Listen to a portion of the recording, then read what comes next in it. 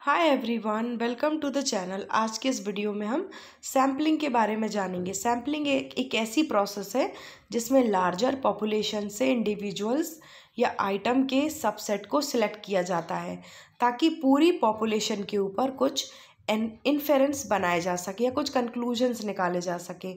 Sampling का main purpose है बिना हर एक इंडिविजुअल को सर्वे किए हुए डेटा को गैदर करना जो पॉपुलेशन का रिप्रेजेंटेटिव हो। इससे समय भी बचता है और रिसोर्स भी बचते हैं। एजुकेशनल रिसर्च में सैम्पलिंग रिसर्चर्स की मदद करती है ताकि वे वेरियस स्टडीज़ के लिए रेलेवेंट डेटा कलेक्ट कर सकें, और ये इंश्योर करती है कि जो सैम्पल है वो लार्जर पॉपुलेशन के लिए जनरलाइजेबल हो, या इसके जो रिजल्ट्स हैं सैम्पल्स के द्वारा की गई जो स्टडी है उसके जो रिजल्ट्स हैं वो लार्जर पॉपुलेशन के लिए जनरलाइजेबल हो। अब हम सैम्पलिंग के टाइप्स को जानते हैं। सैम्पलिंग दो तरह की होती है, probability sampling and non probability sampling. Probability sampling में हर एक मेंबर या इंडिविजुअल के सिलेक्ट होने के इक्वल और नोन चांसेस होते हैं, या हम बोल सकते हैं पॉपुलेशन के हर मेंबर के सिलेक्ट होने के इक्वल और नोन चांसेस होते हैं, और ये ज़्यादा रिलायबल और जनरलाइजेबल होती है क्योंकि इसमें सिलेक्शन बायसेस कम होते हैं। नॉन प्रोबेबिलिटी सैम्पलिंग में हर एक इंडिविजुअल के सिलेक्ट होने के इक्वल चांस नहीं होते हैं, और ये तब यूज़ की जाती है जब पूरी पॉपुलेशन को एक्सेस करना डिफ़िकल्ट हो, या जब रिसर्चर का जो फोकस है वो एक स्पेसिफिक ग्रुप पर हो, या रिसर्च का जो फोकस है वो स्पेसिफिक ग्रुप पर हो। अब हम प्रोबेबिलिटी और नॉन प्रोबेबिलिटी सैम्पलिंग के टाइप्स को जानते हैं।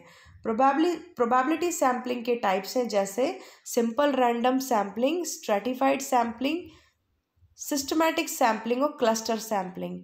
इन सभी में हर एक यूनिट के सिलेक्ट होने के नोन चांसेस होते हैं। दूसरा टाइप है नॉन प्रोबेबिलिटी सैम्पलिंग। इसमें convenient sampling, purposive sampling, snowball और कोटा सैम्पलिंग इंक्लूड होते हैं। इनमें जो सिलेक्शन है सैंपल का वो कुछ फैक्टर्स के बेसिस पर होता है, जैसे एक्सेसिबिलिटी और रिसर्चर जजमेंट। अब हम इन टाइप्स को डिटेल में समझते हैं। सबसे पहले हम प्रोबेबिलिटी सैम्पलिंग के टाइप्स को जानेंगे। इसमें पहला है सिंपल रैंडम सैम्पलिंग।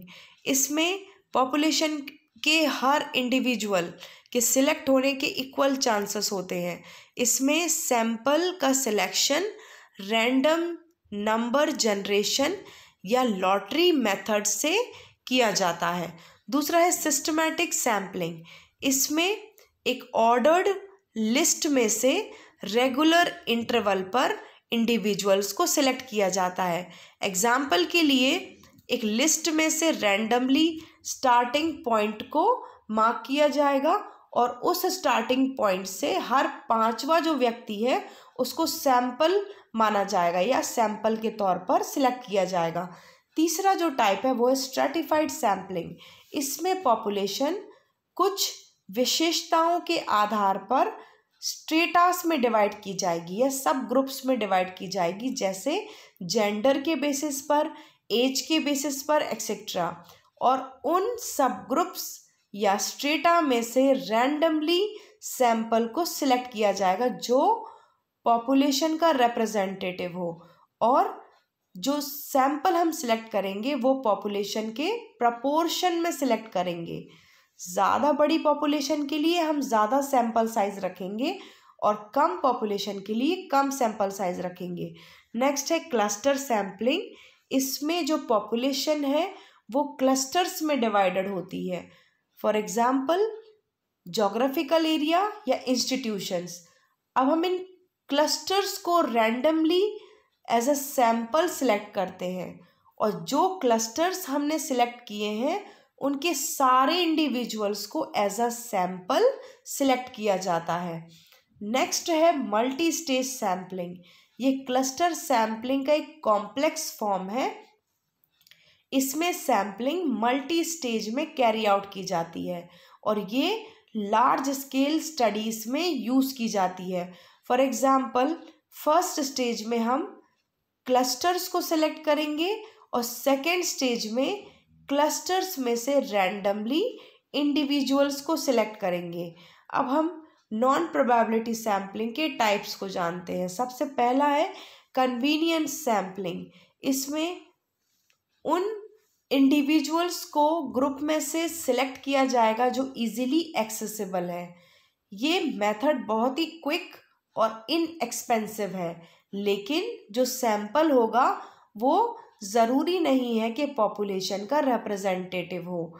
दूसरा टाइप है पर्पसिव सैम्पलिंग। इसे हम जजमेंटल सैम्पलिंग भी कहते हैं। इसमें रिसर्चर पर्पसफुली कुछ इंडिविजुअल्स को सिलेक्ट करता है एज ए सैंपल जो स्टडी के लिए मोस्ट रेलेवेंट हो। इसमें जो सैम्पलिंग है वो रिसर्चर्स की जजमेंट पर बेस्ड होती है, क्योंकि वही पार्टिसिपेंट्स को चूज करता है जो रिसर्च के क्राइटेरिया को मीट करे। नेक्स्ट है snowball sampling. Existing study participants recruit future participants from among their acquaintance.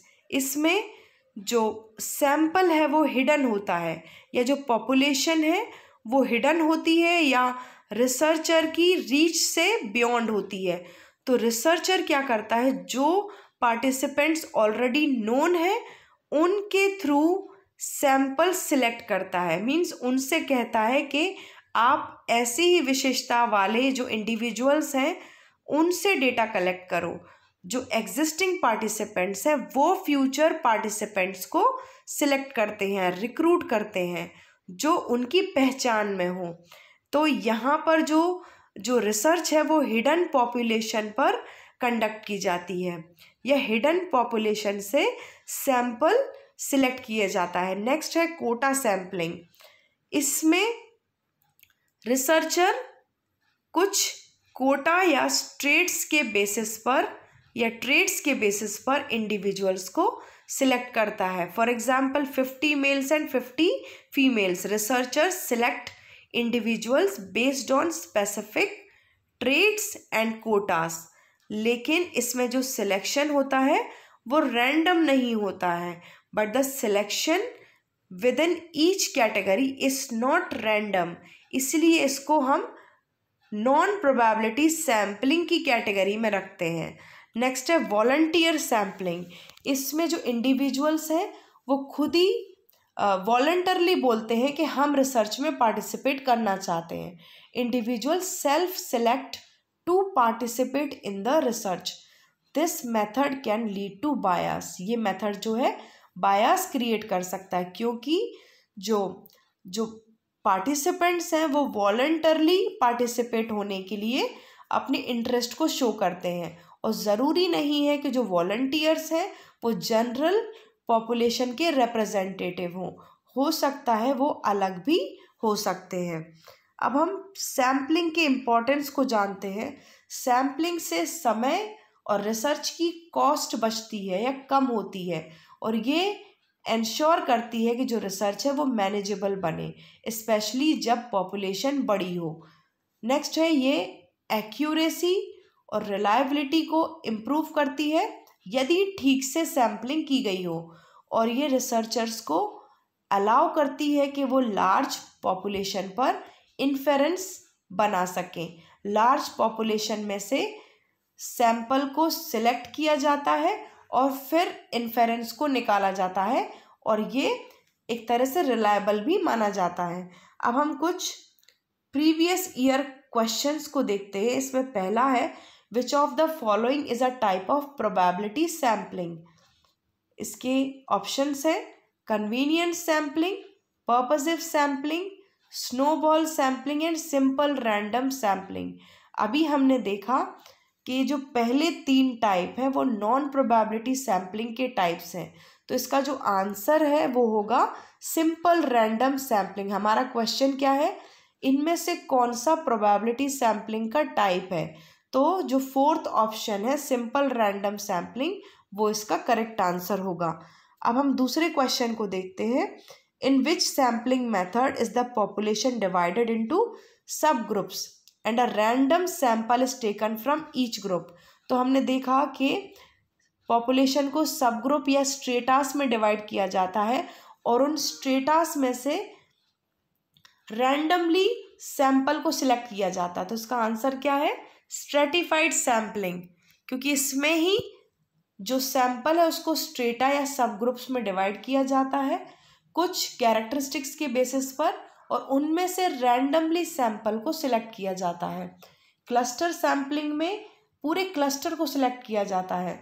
Systematic sampling में सिस्टमैटिकली एक पर्टिकुलर नंबर का इंडिविजुअल सिलेक्ट किया जाता है। कन्वीनियंट सैम्पलिंग में जो इंडिविजुअल्स है कन्वीनियंटली अवेलेबल हो या एक्सेसिबल हो उनको सिलेक्ट किया जाता है। तो इसका जो करेक्ट आंसर है वो है स्ट्रैटिफाइड सैम्पलिंग। आइए नेक्स्ट क्वेश्चन को देखते हैं। Which of the following sampling technique is most appropriate for studying a hidden population. तो ये भी क्वेश्चन, ये भी टाइप हमने अभी पढ़ा है कि हम हिडन पॉपुलेशन पर स्टडी करने के लिए कौन से टाइप ऑफ सैम्पलिंग का यूज़ करते हैं। तो इसका आंसर क्या होगा? सिंपल रैंडम में ऐसा नहीं होता है, हर एक आइटम नोन होता है। पर्पसिव सैम्पलिंग में हम कुछ पर्पस के बेसिस पर सैंपल को सिलेक्ट करते हैं। क्लस्टर सैम्पलिंग में क्लस्टर्स में पॉपुलेशन डिवाइड होती है और पूरे क्लस्टर को सिलेक्ट किया जाता है। तो इसका जो आंसर है वो है स्नोबॉल सैम्पलिंग।